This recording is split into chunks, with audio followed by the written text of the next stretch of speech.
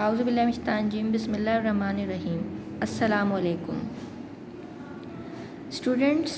Today I will explain you the chapter Mohenjo-daro on page 19. Before explaining the lesson, I would like to tell you about the grammar section. Grammar में students आपने बहुत अच्छा काम किया था, बहुत सारे बच्चों ने बहुत कुछ लिखा, लेकिन थोड़ा सा ये था कुछ बच्चों ने ग्रामर पोर्शन सेपरेट नहीं किया। तो मुझे ये बताना है कि कॉपी वर्क जब आप करें तो ग्रामर पोर्शन और टेक्स्ट पोर्शन बिल्कुल सेपरेट करें। और अब टेंस आपका हो गया था कंटिन्यूअस और प्रोग्रेसिव। आज मैं आपको कुछ पिक्चर सेंड कर दूंगी जिसमें आपकी एप्लीकेशंस और लेटर होंगे जो 9th और 10th दोनों के लिए। मैट्रिक क्लास भी उसे कॉपी डाउन करेगी और 9th क्लास भी। और आपका जो चैप्टर है 9th क्लास मोहेंजो-दारो आज पढ़ेंगे और matric class little thing poem होगी। तो उसका वर्क भी आपको सेंड किया जाएगा। आप बहुत आराम से बहुत नीट और क्लीन काम अपनी कॉपी में कीजिएगा, ठीक है? ओके, थोड़ी सी बात थी जो मैंने आपने डिस्कस कर दी। अब आप चैप्टर स्टडी करें, पेज नंबर 19 मोहेंजो-दारो। बहुत सारे स्टूडेंट्स जानते हैं मोहेंजो-दारो के बारे में। कुछ लोगों ने विज़िट भी किया होगा इस प्लेस का, इस रूइंस का, इस मिस्टीरियस प्लेस का, और बहुत कुछ उन्हें मालूम भी होगा। थोड़ा सा हम इसमें देखते हैं कि क्या उन्होंने न्यू थिंग्स आपको बताई है, क्या नई चीज़ें जो शेयर की गई है। मोहेंजो-दारो और the mound of the dead. Mohenjodaro का दूसरा नाम क्या है? Mound of the dead. Dead people, dead man रहते, यानी कि माउंड ऑफ द डेड, मुर्दों की सरजमीन या मुर्दों का टीला। माउंड कहते हैं टीले को, ठीक है? मोहेंजो-दारो के मीनिंग्स हो गए आपका mound of the dead. Is one of the oldest cities in the world. कदीम तरीन शहरों में से एक शहर है दुनिया के।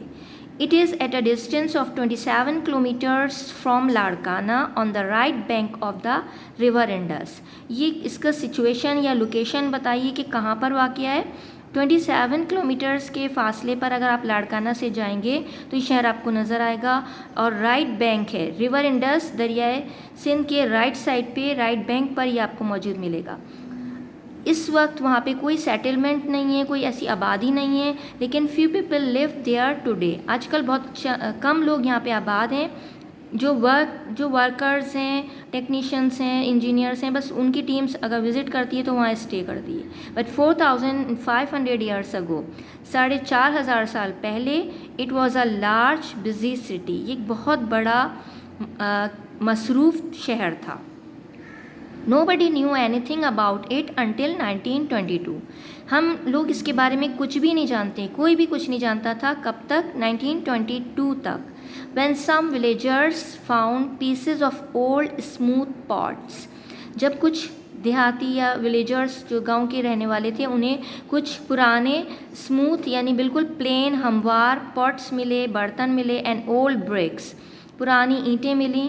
एट द प्लेस, उस जगह पर, where now stands the uncovered city, जहाँ पर कि अब अनकवर्ड का मतलब दरियाफ्त शुदा शहर मौजूद है। अब उसे दरियाफ्त कर लिया गया, लेकिन 1922 तक हम इसके बारे में कुछ भी नहीं जानते थे।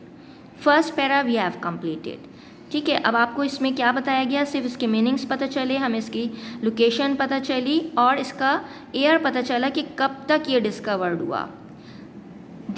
Second para, these pieces of old pots and bricks were brought to Sir John Marshall. Who was Sir John Marshall? An English civil servant. ये old pots और ये bricks जो थे वो किसके पास लाए गए? सर जॉन मार्शल के पास, जो कि इंग्लिश सिविल सर्वेंट, सरकारी मुलाजिम थे। उनकी जॉब क्या थी, उनका काम क्या था? Whose work it was to look after historical remains, कि पुरानी तारीख़ी खंडरात या इमारत की लुक आफ्टर करना, देखभाल करना इनकी जॉब थी। यानी कि आर्कियोलॉजिस्ट भी कहते हैं ऐसे काम करने वाले को। तो he was an archaeologist. Like ancient buildings and other old thing, इसी तरह की पुरानी इमारतें, पुरानी चीज़ें, such as these pieces of pots and bricks, जिस तरह के ये पुराने बर्तन, उसके पीसेस, उनकी पीसेस मिले थे, इसी तरह ब्रिक्स मिली थी। इन सारी चीज़ों की देखभाल करना ये उनकी रिस्पॉन्सिबिलिटी थी, उनका काम था। That's why the people of the villagers brought to him, इसीलिए उन्होंने उनके पास लेके गए। He was himself very interested in history, वो बजाते खुद भी बहुत दिलचस्पी रखते थे हिस्ट्री में, तारीख़ में। एंड वॉज एंशियस, एंशियस मतलब क्यूरियस, बहुत पुरतजस्सुस होते, to find out about these remains, इन खंडरात के बारे में मालूमात हासिल करने के लिए वो बहुत ज़्यादा ईगर थे, बहुत ज़्यादा शौकीन होते। So when he look at them carefully, जैसे ही उन्होंने देखा इसे केयरफुली, बहुत एहतियात से, ही एट वंस न्यू, फ़ौरन ही वो जान गए कि that they were pieces of very old pots, कि बहुत ही पुराने बर्तन हैं। About the bricks he said, उन ईंटों के बारे में उन्होंने जो कहा, क्या कहा था, ये आपके क्वेश्चन भी आ जाता है कि what did he say about the bricks, कि perhaps there was once a town, शायद यहाँ पर कभी कोई एक कस्बा मौजूद हो, और अ सिटी या शहर आबाद हो, which lies under these mounts of clay, जो अब कहाँ पर मौजूद है, जो अब दफन है माउंट्स ऑफ क्ले, इस रेत के टीले के नीचे, एंड सैंड, मट्टी के और रेत के टीले के नीचे अब मौजूद है। लेट अस डिग हेयर, हमें अब खुदाई करनी चाहिए। Maybe we shall uncover the remains of an old city, शायद हम दरियाफ्त कर लें एक पुराना तारीख़ी शहर, यानी कि ये उससे पहले की बात है जब ये मोहनजोदड़ो डिस्कवर नहीं हुआ था। Third para, so the man started digging, अब लोगों ने खुदाई शुरू कर दी। एंड एज दे डग मोर, जैसे जैसे वो खुदाई करते गए, ज़्यादा से ज़्यादा, more and more such pieces came up, ज़्यादा से ज़्यादा पीसेस उन्हें मिलने लगे। Till there appeared bit by bit a city of straight roads, यहाँ तक कि अब उन्हें किसके आसार नज़र आने लगे, आहिस्ता आहिस्ता एक शहर सीधी सड़कों वाला वो नज़र आया। एंड वेल बिल्ट हाउसेस, और बहुत उम्दा तामीर शुदा घर नज़र आए। यू कैन इमेजिन, आप इसको इमेजिन कर सकते हैं, तस्वुर कर सकते हैं, how surprised and excited the people were, वो लोग कितने हैरान और कितने एक्साइटेड, पुरतजस्सुस होंगे जब उन्होंने ये सारी चीज़ें देखी। When they saw all this coming up, ये सब कुछ वहाँ से निकल रहा है। From what they had so far taken to be only mounds of clay and sand, जिसे वो अब तक क्या समझते रहे थे, सिर्फ एक मट्टी और रेत का टीला, वहाँ पर से इतनी सारी चीज़ें जब दरियाफ्त हुई तो how they were excited, how they were surprised.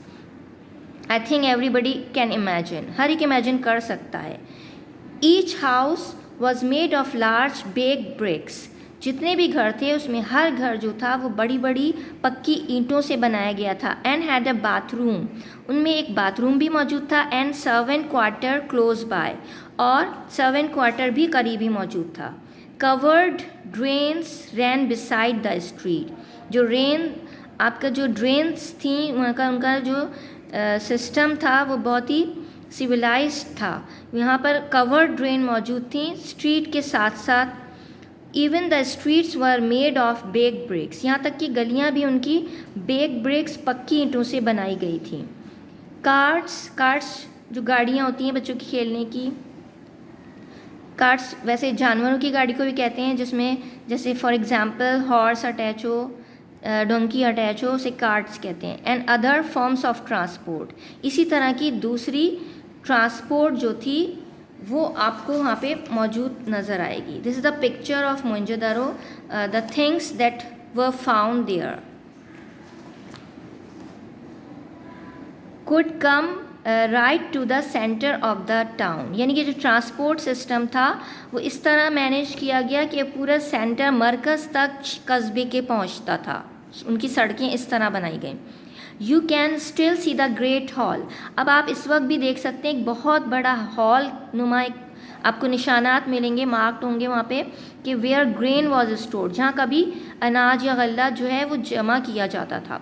There is a wide road, एक बहुत चौड़ी सड़क भी आपको नज़र आती है। In the middle of which was the shopping centre, उसके दरमियान में शॉपिंग सेंटर आपको मिलेगा with shops on both side, और अतराफ में दोनों तरफ उनके शॉप्स मौजूद हैं। This road continues on to the houses of the workman, ये जो सड़क है वो आगे कहाँ तक जाती है, जो कारीगर लोग होते हैं जो काम कर रहे होते हैं उनके घरों तक पहुँचती है। मतलब ट्रांसपोर्ट सिस्टम इस तरह मैनेज किया गया था कि किसी भी बंदे को कोई प्रॉब्लम क्रिएट ना हो। Next para from page 21, the people of this city must have been great traders. हमें पता चलता है कि ये लोग बहुत ज़्यादा, कहना चाहिए, ताजिर होंगे, क्योंकि with the river Indus so near, दरिया सिंध या रिवर इंडस जो था वो बहुत ही करीब था उनके, and the sea within easy reach, यानी समंदर उनकी पहुँच पे था। द कंट्री साइड, जो कंट्री साइड है जो उनकी मस्ट हैव बीन फर्टाइल, देही इलाका, वो कहना चाहिए बहुत ही ज़रखेज़ रहा होगा, क्योंकि since wheat rice and cotton grew there, यहाँ पे ये जो उगाया गया है कैश क्रॉप्स और फूड क्रॉप्स के तौर पे, आपका गंदम था, आपकी चावल थी और कपास।